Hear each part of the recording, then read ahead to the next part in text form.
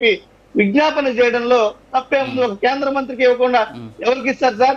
మీరు చెప్పినటువంటి ఈ రెండు ఓకే సంస్థలు కూడా సురేష్ గారు, మిగతా ఖచ్చితంగా అంశాలు ఒక్క నిమిషం, మిగతా అంశాల జోలికి నేను వెళ్ళను, కానీ ఈ లెటర్కి సంబంధించి మాత్రం దీని మీద నేను పూర్తి స్థాయిలో అవగాహన చేసుకునే డిబేట్కి వచ్చాను. యాక్చువల్గా ఇక్కడ ఏంటంటే ఎక్కడ కూడా జగన్మోహన్ రెడ్డి గారు రాసినటువంటి లేఖకి కనీసం సమాధానం కానీ అది చేరిందని కానీ లేకపోతే స్టాండింగ్ కౌన్సిల్కి సంబంధించిన మినిట్స్ అజెండా ఉంటుంది. అంటే పిన్ టు పిన్ మనం ఏం రాసాం వాళ్ళు ఏం సమాధానం చెప్పారు, మనం ఏం రాసాం వాళ్ళు ఏం సమాధానం చెప్పారు. అక్కడక్కడ కూడా జగన్మోహన్ రెడ్డి గారు మినిస్టర్ గారికి లేఖ రాశారు, దీని మీద చర్యలు తీసుకుందాం, కనీసం దీన్ని పరిశీలిద్దాం అనేటటువంటి మాట కూడా ఎక్కడా లేదు.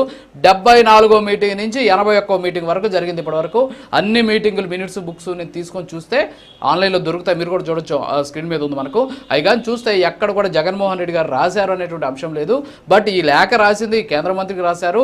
ఖచ్చితంగా మీరు చెప్పినట్టు వాళ్ళు తీసుకునేటువంటి నిర్ణయాలు కంపల్సరీ కట్టుబడి ఉండాల్సిందే. మరి అలా లేఖ రాసి నేనే అడ్డుకున్నాను ఇప్పటి వరకు, నేను వెళ్ళిపోయిన వెంటనే కూల్చేశారంటే మరి మీరు ఇచ్చినప్పుడు జనవరిలో మీరు ఇచ్చారు, మరి జనవరిలో మీరు ఇచ్చారు దేనికి, ఎవరికి ఇచ్చారు? మీరు స్టాండింగ్ కమిటీకి ఇచ్చారు. మీరు స్టాండింగ్ కమిటీకి మీ ప్రభుత్వం ఇచ్చినటువంటి 29/1/2024 chief wild life warden Andhra Pradesh ప్రభుత్వానికి సంబంధించిన లేఖ రాశారు.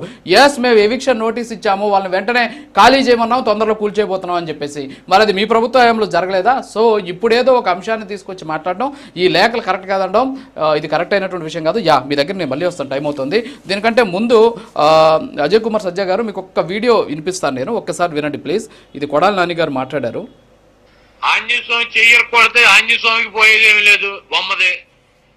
అట్లాగే ఆ గుడికి వచ్చే లాస్ ఏమి లేదు. 10 కేజీలు వెండి ఎత్తుకుపోతే 6 లక్షలు 7 లక్షల రూపాయలు, దాంట్లో మిల్లు కట్టేది లేదు, మిద్దులు కట్టేది లేదు. అంతర్వేదిలో 1 కోటి రూపాయలు రథాన్ని తగలబెడితే ప్రభుత్వం రథం చెందుతుంది, దానివల్ల దేవుడికి పోయేది.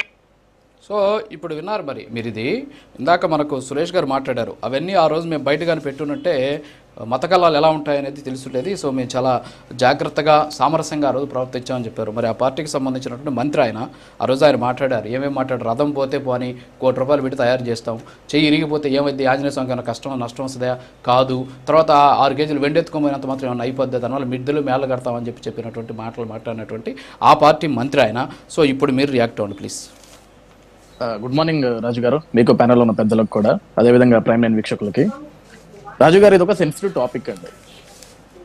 ఈ కాశీనాయన క్షేత్రానికి సంబంధించి సెన్సిటివ్ టాపిక్ అయితే ఇది 20 రోజుల క్రితం జరిగిన టాపిక్ సార్. ఆ రోజు అటవీ శాఖ అధికారులు దాన్ని కోల్చటం, వెంటనే కూటమి ప్రభుత్వం రియాక్ట్ అవ్వటం, నారా లోకేష్ గారు అక్కడ ఉన్న స్వామి వారితో, పూజారి గారితో, ధీరయ్య గారితో జీరయ్య స్వామి గారితో మాట్లాడటం జరిగింది. ఆ 3 రోజుల తర్వాత మార్చి 17వ తారీఖున జీరయ్య స్వామి గారు మాట్లాడటం కూడా జరిగింది. ఆయన ఏం మాట్లాడారు? లోకేష్ గారు ఇచ్చిన మాట ప్రకారం, కూటమి ప్రభుత్వం ఇచ్చిన మాట ప్రకారం మాకు అన్ని జరుగుతున్నాయండి. చివరికి మాకు ఇక్కడ బస్సు ప్రయాణం ఒక ఇబ్బందికరంగా ఉంది, భక్తులు రావడానికి ఆ బస్సును కూడా ఏర్పాటు